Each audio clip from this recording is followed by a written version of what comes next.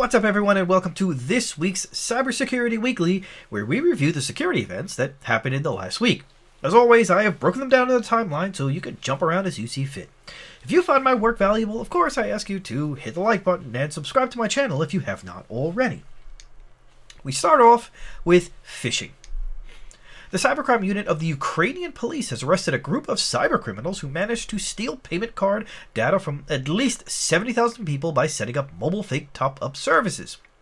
The police arrested 5 that created and administered more than 40 phishing sites used to harvest bank card data of unaware citizens. Once the data is obtained, crooks used it to empty their victims' bank accounts. One of the members of the group set up his own servers to operate the fraudulent scheme. He also hired 3 citizens who acted as so-called money mules, individuals that removed the funds from the accounts and transferred them to other accounts under the control of the gang or supported cash out. The money mules maintained a percentage of the profit for each operation they carried out. The police raided the houses of the 5 suspects and seized 2 million hryvnias, $70,000 in cash. I'm not really sure how to say that denomination. Mobile phones, flash drives, bank cards, and computers. According to a preliminary investigation, the group stole more than 5 million hryvnias, or $175,000 from victims. The arrested people now face criminal charges under Part 2 of Art 361, unauthorized interference in the work of computers, automated systems, computer networks, or telecommunications networks, and Part 3 of the Article 190, fraud, of the Criminal Code of Ukraine. The members of the gang face up to 8 years in prison. We move on to attacks, vulnerabilities, and updates. The chipmaker giant Nvidia was victim of a ransomware attack that impacted some of its systems for 2 days. The security breach is not connected to the ongoing crisis in the Ukraine, according to a person familiar with the incident. The incident also impacted the company's developer tools and email systems, but business and commercial activities were not affected. Our business and commercial activities continue uninterrupted, said Nvidia in a statement. We are still working to evaluate the nature and scope of the event and don't have any additional information to share at this time. The company is investigating the incident to determine the extent of the intrusion. It is still unclear if the threat actors exfiltrated business or customer data. Bleeping Computer reported that an insider described the security breach as having been completely compromised. The Lapsus ransomware gang is claiming responsibility for this attack. The group announced to have stolen 1 terabyte of data from Nvidia's network. The ransomware gang leaked online credentials for all Nvidia employees. The Ukraine is recruiting a volunteer IT army of cybersecurity experts and white hat hackers to launch cyber attacks on a list of Russian entities. The list is composed of 31 targets, including Russian critical infrastructure, government agencies, banks, and hosting providers. Ukraine's Minister for Digital Transformation, Mikhaila Fedorov, called to action against Russia, attempting to create an IT army to launch a massive offensive against Russia. A Telegram channel was used to coordinate the efforts and plan the cyber attacks that will be conducted by the IT army. The list of companies include Gazprom, Yandex, Lukoil, Russian Copper Company, banks, Sberbank, Gazprom Bank, and the President of Russian Federation, Moscow State Services, Pension Fund, Customs and Tax, and more. At this time, the Kremlin, State Duma, and Ministry of Defense websites are still offline. The operations that will be conducted by the IT Army will increase the pressure on the Russian infrastructure, already the target of powerful operations launched by the hacker group Anonymous. A few hours after the Anonymous Collective was called to action against Russia following the illegitimate invasion of Ukraine, its members took down the website of the Russian propaganda state RT News and News of the Day as the attack against the servers of the Russian Defense Ministry. Anonymous, a group of hacktivists, successfully hacked and leaked the database of the website of the Ministry of Defense of Russia, reported the Pravda agency. The website of the Kremlin, or Kremlin.ru, is also unreachable, but it is unclear if it is the result of the Anonymous attack or if the government has taken it offline to prevent disruptive attacks. The Russian government's portal and the websites of other ministries are running very slowly. The collective is also threatening the Russian Federation and private organization of attacks. It is a retaliation against Putin's tyranny. Anonymous pointed out that it is not targeting Russian citizens, but only their government. Anonymous is also launching its offensive against those countries that are supporting military operations in the Ukraine, meaning Belarus. The collective is also leaking around 200 gigabytes of emails from Belarusian weapons maker Tetrate This company provided logistical support to Vladimir Putin in his invasion of the Ukraine. Sticking with the anonymous collective, that they announced that the internal network of the Belarusian railways has been compromised. The group claims to have blocked all services and will deactivate them until Russian troops will leave the territory of Belarus, or keep them deactivated until Russian troops leave. Purpose of the attack is to disrupt the deployment of the occupation forces to give to Ukrainians more time to repel the attack. The attack forced the Belarusian railway to switch to manual control mode, with a significant impact on the operations that caused the slowdown of the movement of trains. The attacks do not put in danger the population, but aim at interfering with the transportation in a country that is offering its support to Russia while invading Ukraine. At the time of this writing, the websites pass.rw.by or portal.rw.by and rw.by are not reachable. This week, Anonymous launched a war on Russia, as we said in the previous statement, and against those countries that are supporting military operations in the Ukraine, like Belarus. The collective has stolen around 200 gigabytes of emails from Belarusian weapons maker Titrate, and again, this company has provided logistical support to Vladimir Putin during the invasion of the Ukraine. WordPress has forced the update of the UpdraftPlus plugin, which is used by 3 million sites, to address a high-severity vulnerability tracked to CVE 2022-0633 with a CVSS version 3.1 score of 8.5. That can allow website subscribers to download the latest database backups, which could potentially contain sensitive data. The UpdraftPlus WordPress plugin free before 1.22.3 and premium before 2.22.3 do not properly validate a user has the required privileges to access a backup's nonce identifier, which may allow any users with an account on the site, such as a subscriber, to download the most recent site and database backup. The plugin uses custom nonces and timestamps to securely identify backups. Given the knowledge of said nonce and timestamp can give someone access to quite a few of the plugin's features, making sure this info is only accessible to those who legitimately need it is crucial, reported the analysis. Unfortunately, as we'll demonstrate, it wasn't the case, goes on with the report and analysis and the description. The issue impacts versions 1.16.7 to 1.22.2 of the plugin of the free version. The development team addressed it in the release of 1.22.3 as well for the free version and 2.22.3 for the paid version. The plugin allows users to easily perform manual or scheduled backups. It allows to restore backups directly from the WordPress control panel. The issue is an improper user validation bug that can allow low-level authenticated users to craft a valid link that would allow them to download the site or the files of the backup. The attack chain starts by sending a heartbeat request containing a data parameter to obtain information about the site's latest backup to date. An attacker could thus craft a malicious request targeting this heartbeat callback to get access to information about the site's latest backup to date, which will, among other things, contain a backup's nonce, continues the report. This info could allow attackers to receive the backup via email by manipulating their request. Cybersecurity researchers from Palo Alto Networks Unit 42 have analyzed a previously undocumented and custom backdoor tracked as SockDetour that targeted US-based defense contractors. According to the experts, the SockDetour backdoor has been in the wild since at least July 2019. Unit 42 attributes the malware to an apt campaign codenamed Tilted Temple, aka Dev0322. Threat actors also exploited the Zoho Manage Engine and Self-Service Plus vulnerability, CVE 2021-40539, and Service Desk Plus vulnerability, CVE 2021-44077. The attackers successfully compromised more than a dozen organizations across multiple industries, including technology, energy, healthcare, education, finance, and defense. SockDetour serves as a backup fileless Windows backdoor in case the primary one is removed. The analysis of one of the command and control servers used by Tilted Temple operators revealed the presence of other miscellaneous tools, including memory dumping tool and several web shells. Once SockDetour is injected into the process's memory, it hijacks legitimate processes, network sockets to establish an encrypted command and control server channel. Then it loads an unidentified plugin DLL file retrieved from the server.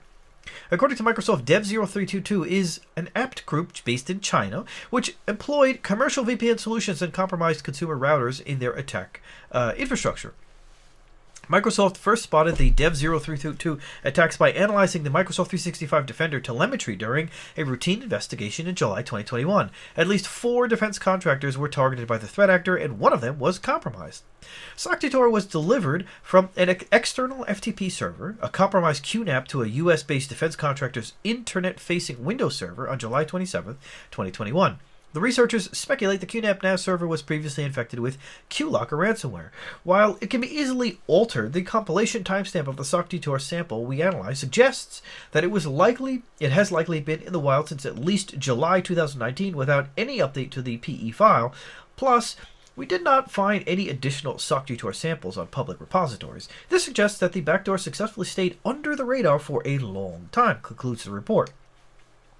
CISA, the FBI, the U.S. Cyber Command Cyber National Mission Force, UK's National Cybersecurity Center, and the NSA, and law enforcement agencies have published a joint advisory on new malware used by Iran-linked MuddyWater APT group, aka Seedworm, and Temp Zagros, in attacks aimed at critical infrastructure worldwide. The first MuddyWater campaign was observed in 2017 when it was targeting entities in the Middle East. The experts call the campaign Muddy Water due to the confusion in attributing a wave of attacks that took place between February and October 2017 targeting entities in Saudi Arabia, Iraq, Israel, United Arab Emirates, Georgia, India, Pakistan, Turkey, and the United States to date. The group evolved over the years by adding new attack techniques to its arsenal. Across the years, the APT group also has targeted European and North American nations. The group's victims are mainly in the telecommunications, government, IT services, and oil sectors. In January, U.S. Cyber Command officially linked the MuddyWater APT group to Iran's Ministry of Intelligence and Security. According to the joint report published by UK and US agencies, MuddyWater is targeting organizations in multiple sectors, including telecommunications, defense, local government, and oil and natural gas in Asia, Africa, Europe, and North America. The report provides technical details about multiple pieces of malware in the arsenal of APT group, including PowGoop, Canopy, Star Whale, Mori, PowerStats, and a previously unknown Python backdoor named SmallSieve. SmallSieve is distributed using a nullsoft scriptable install system installer, grab_scrap.exe, which also achieves persistence by adding a registry run key. SmallSieve implements backdoor capabilities and attempts to avoid detection by using custom string and traffic obfuscation schemes, along with a Telegram bot application programming interface. Specifically, SmallSieve's beacons and taskings are performed using Telegram's API over Hypertext Transfer Protocol Secure, and or HTTPS. And the tasking and beaconing data is obfuscated through a hex byte swapping and coding scheme combined with an obfuscated base64 function. U.S. and U.K. cybersecurity and law enforcement agencies published a joint security advisory about a new malware dubbed Cyclops Blink that has been linked to the Russian-backed Sandworm APT group.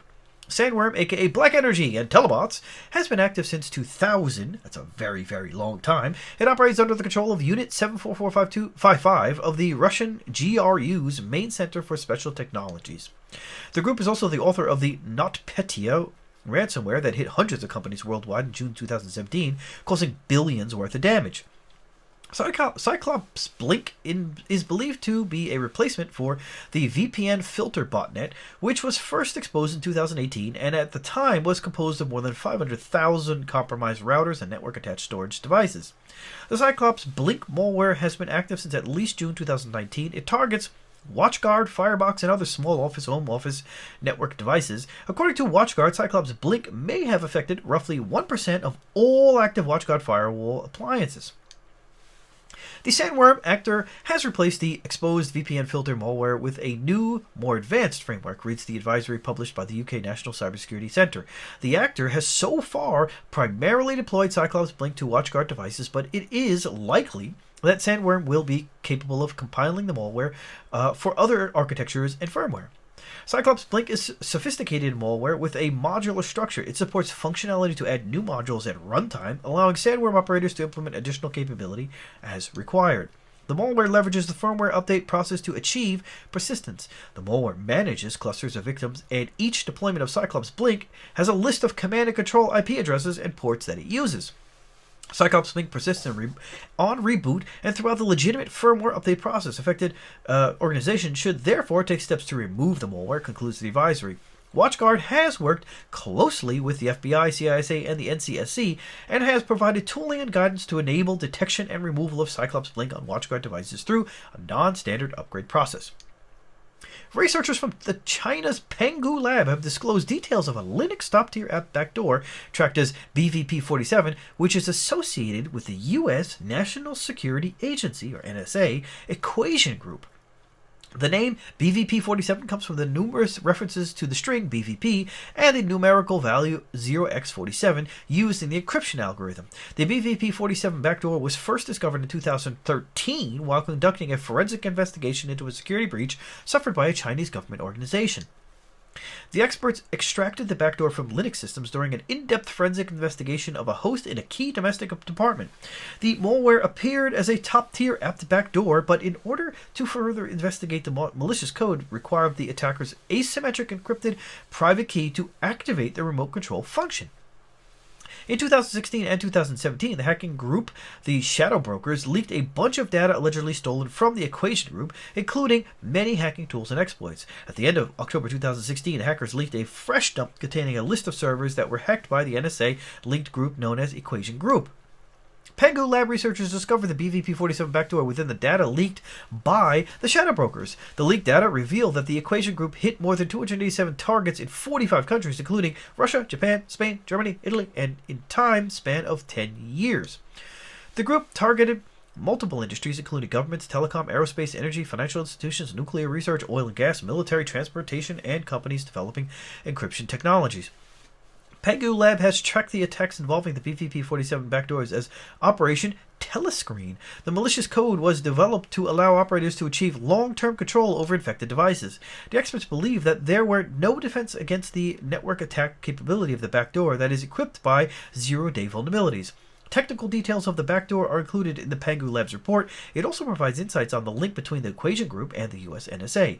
The attribution to the Equation Group is based on overlaps with exploits contained in the encrypted archive file, eggrp auction file.tar.exe.gbg, published by the Shadow Brokers after the 2016 failed auction. U.S. Cybersecurity and Infrastructure Security Agency added 2 new vulnerabilities impacting the Zabbix infrastructure monitoring tool to its Known Exploited Vulnerabilities Catalog. Threat actors are actively exploiting the 2 vulnerabilities, CVE 2022-23131, Zabbix front-end authentication bypass vulnerability, and CVE 2022-23134, Zabbix front-end improper access control vulnerability. According to Binding Operational Directive 22-01, reducing the significant risk of known exploitable vulnerabilities, FCEB agencies have to address the identified vulnerabilities by the due date to protect their networks against attacks exploiting the flaws in the catalog. Experts recommend also private organizations review the Known Exploited Vulnerabilities Catalog and address the vulnerabilities in their infrastructure. CISA orders all federal civilian executive branch agencies, or FCEB, to address both security vulnerabilities in Zabbix by March 8th, 2022.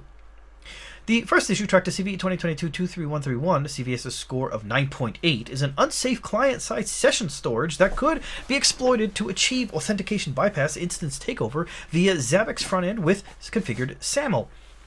The second flaw, tracked to CVE 2022-23134 with the CVSS score of 5.3, could be exploited by threat actors to pass step checks and potentially change the configuration of Zabbix front-end.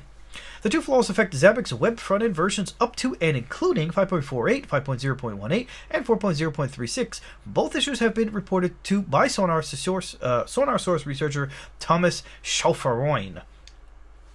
UNC3313 is an Iran-linked threat actor that was linked with moderate confidence to the MuddyWater nation-state actor, aka Static Kitten, Seedworm, Temp Zagros, and Mercury by cybersecurity firm Mondiant.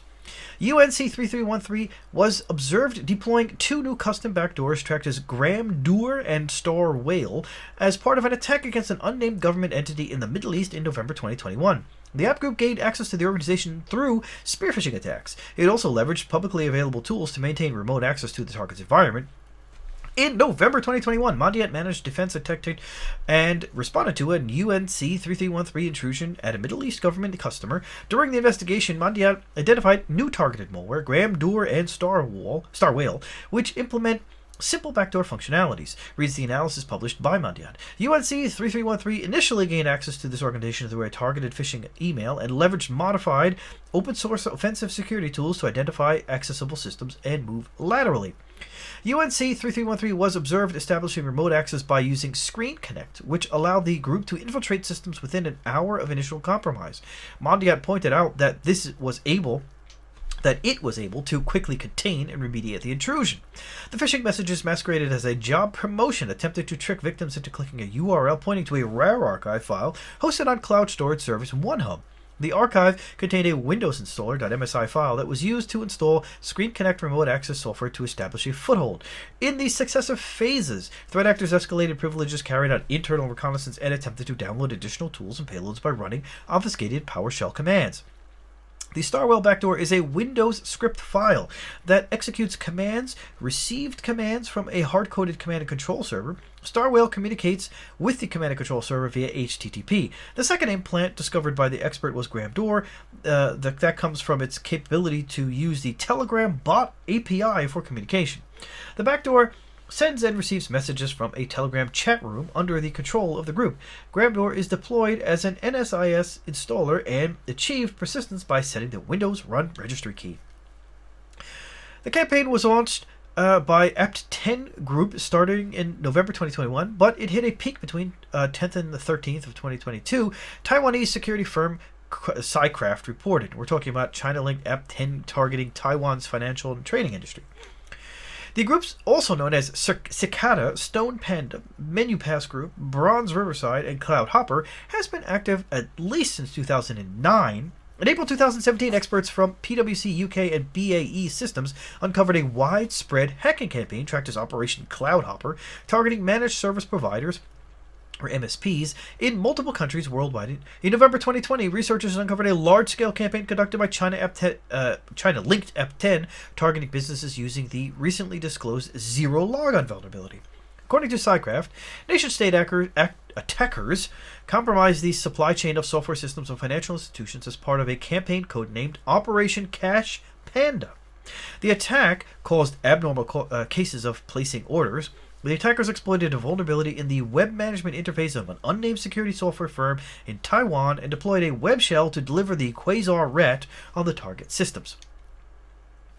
Quasar-Rat is available as an open-source tool on several public repositories. Attackers use to avoid detection, leveraging methods such as password protection and encoded macros. Quasar-Rat has been used in the past by many hacking groups, including APT33, APT10, Dropping Elephant, Stone Panda, and the Gorgon Group. Quasar-Rat is a publicly available open-source remote access Trojan written in .NET. Its features include capturing screenshots, recording webcams, editing registry, keylogging, and stealing passwords. The attack was uncovered amid the presentation of draft amendments to the National Security Act by Taiwan's parliament. The laws were proposed to contrast the economic and industrial espionage conducted by Beijing. The goal of Taiwanese authorities is to protect its semiconductor industry from Chinese industrial espionage. People that will use critical national technologies and trade secrets outside the country without any government authorization could be sentenced to up to 12 years in prison.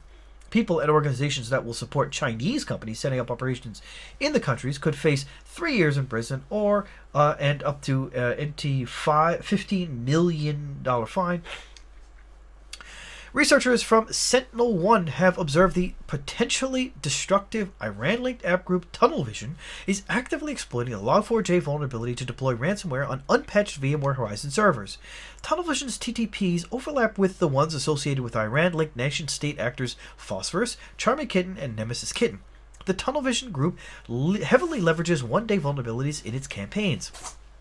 During the time SentinelOne experts monitored the activity of the group, the state-sponsored hackers exploited several flaws, including Fortinet 40iOS CVE 2018-13379, Microsoft Exchange proxy shell, and recently Log4Shell. In almost all attacks, the threat actors deployed a tunneling tool such as Fast Reverse Proxy Client and Plink, wrapped in a unique fashion. The threat actors leveraged the Log4Shell issue in VMware Horizon to run PowerShell commands, sending outputs back utilizing a webhook. The attackers used PowerShell commands to download tools from ngrok and run further commands to establish reverse shells and drop a PowerShell backdoor using to gather credentials and perform lateral movements. The researcher noticed that a dropped executable contains an obfuscated version of a reverse shell, which is similar to Powerless backdoor employed by the Iran-linked apt group APT35, aka Charming Kitten, Phosphorus, Newscaster, and Ajax security team, in a recent wave of attacks.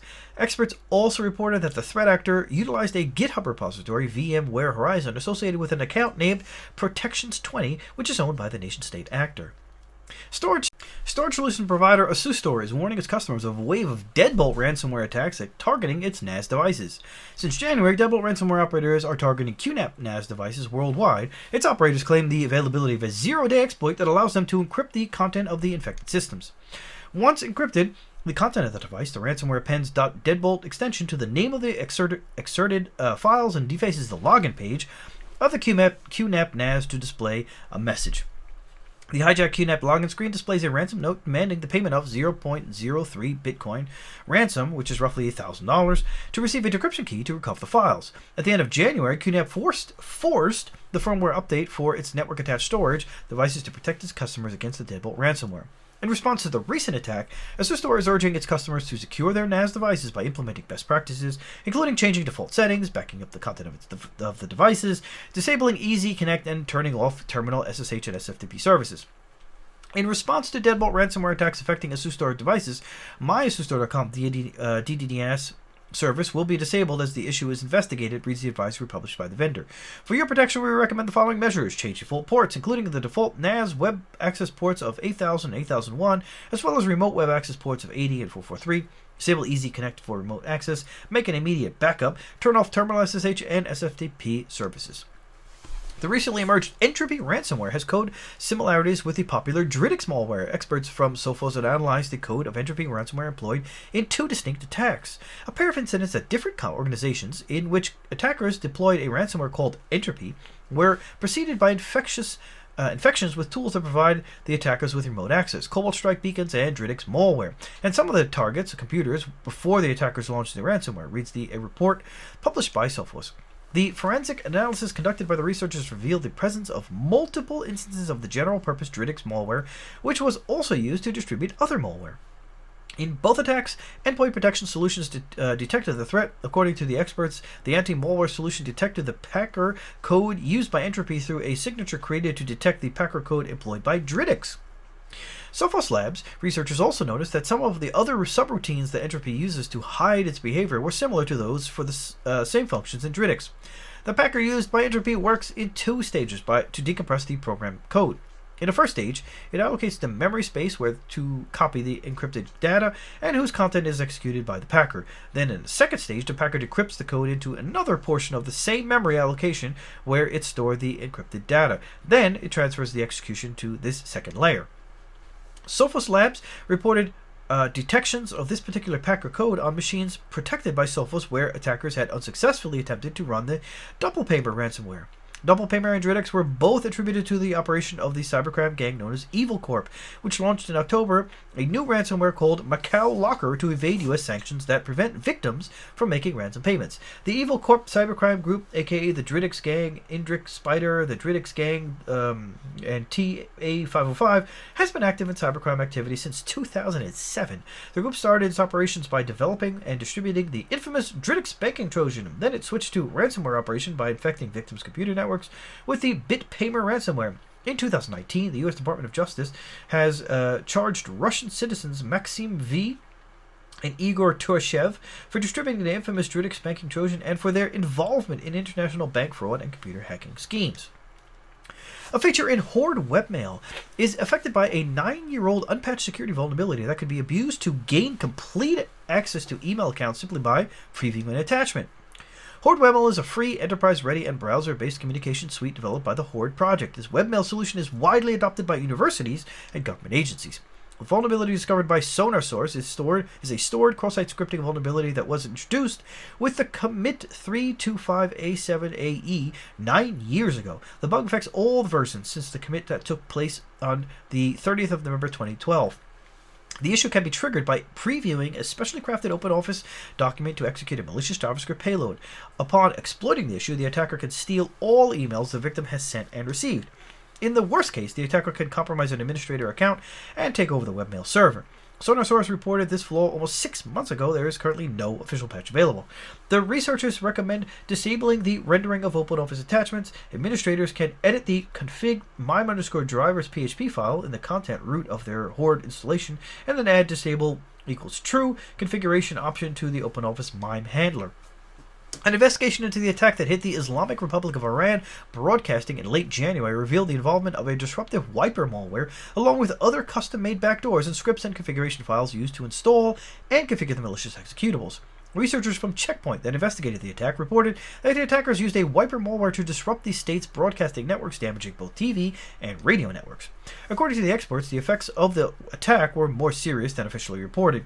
Checkpoint was not able to find any evidence that demonstrates a previous use of these tools or attribute them to a specific threat actor. During the attack, threat actors transmitted pictures of Mujahideen-e-Khalq organization leaders Miriam and Mossad Rajavi, along with the image of Ayatollah Khamenei crossed out with red lines and the declaration "Salute to Rajavi, Death to Supreme Leader Khamenei." The experts discovered 2 identical .NET samples named msd-skint.exe that were used to wipe the files, drives, and MBR master boot record on the affected devices, making them unusable.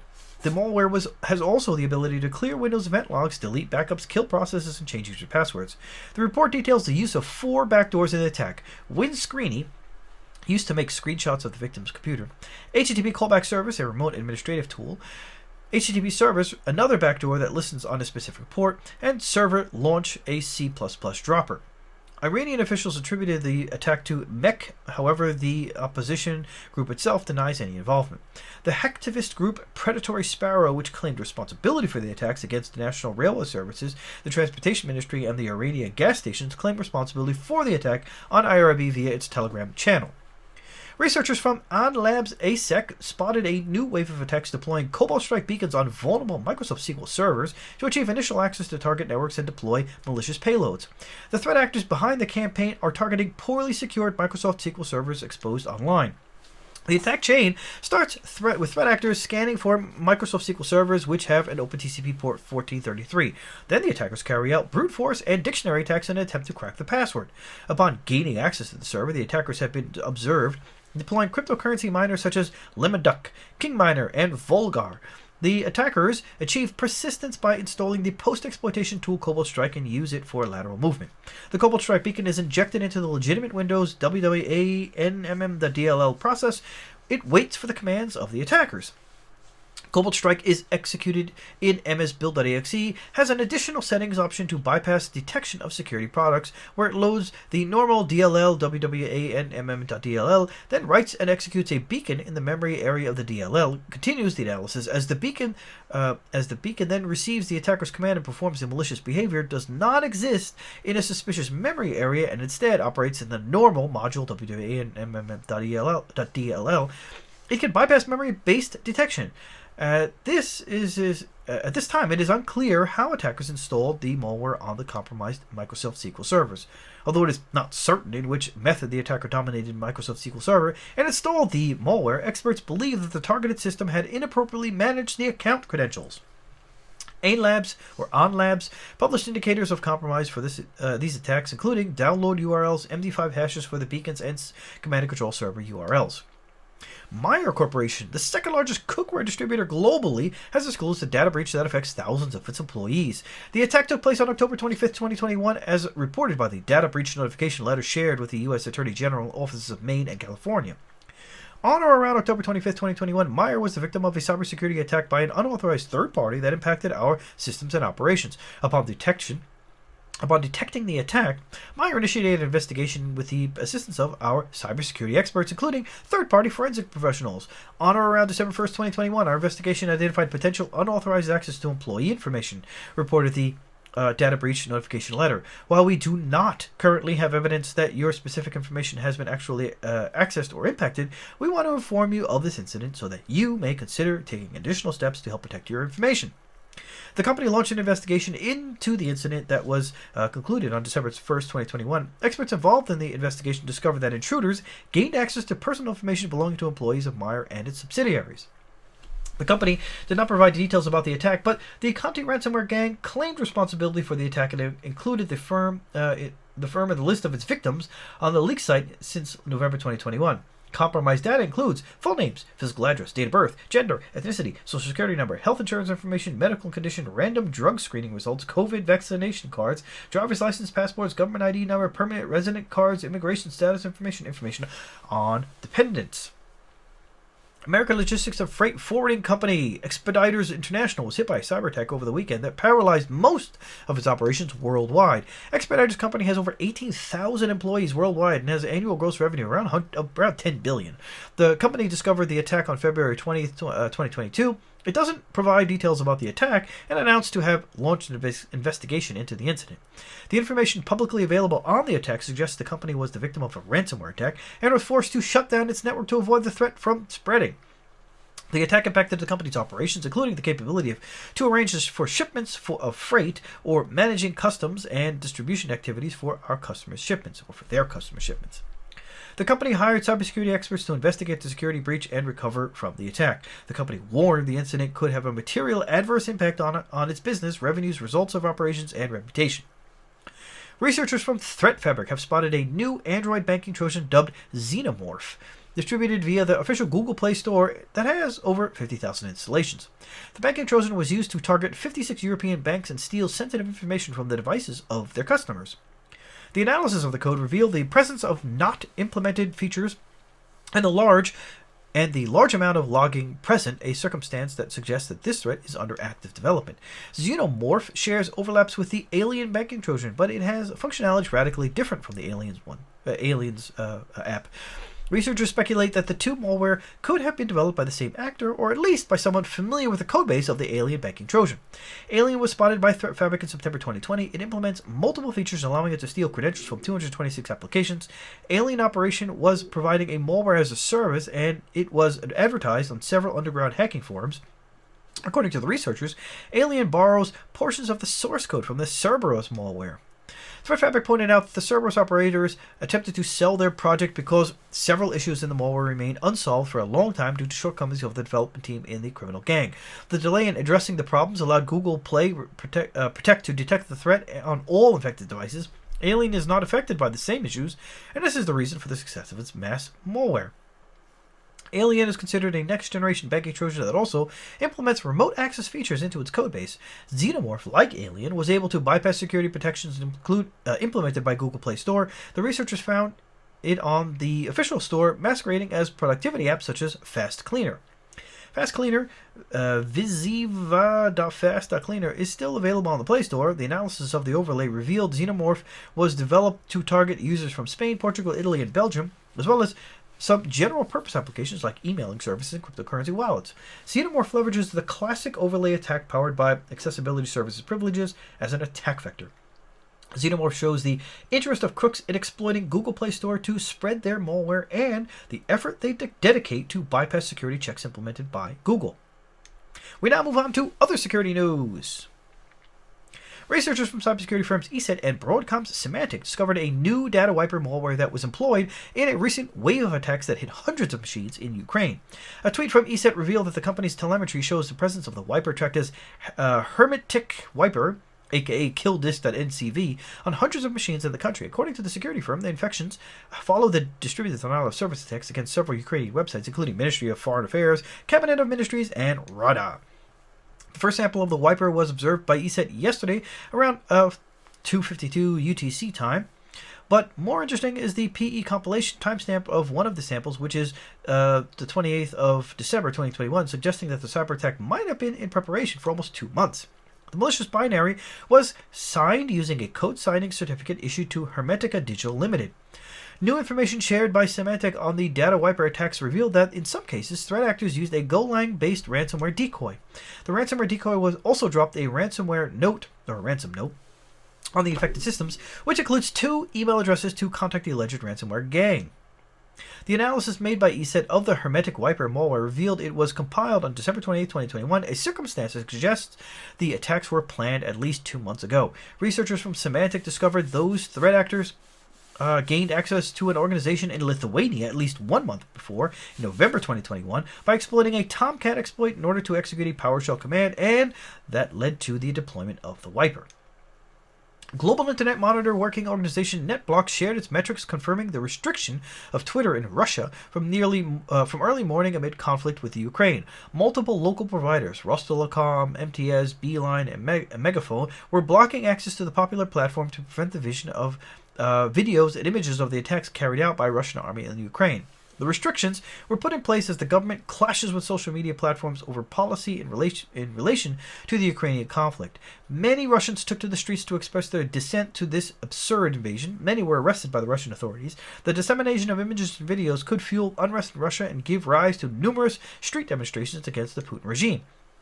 NetBlocks metrics confirmed the restriction of Twitter in Russia from the morning of Saturday, February 26, 2022. The restrictions are in effect across multiple providers and come as Russian authorities and social media platforms clash over the platform rules in retaliation to the conflict with Ukraine, reported according to NetBlocks. With that, I say thanks again for watching. Don't forget to share and subscribe if you haven't already, and smash the bell if you haven't already, and I'll see you on the next episode. Take care.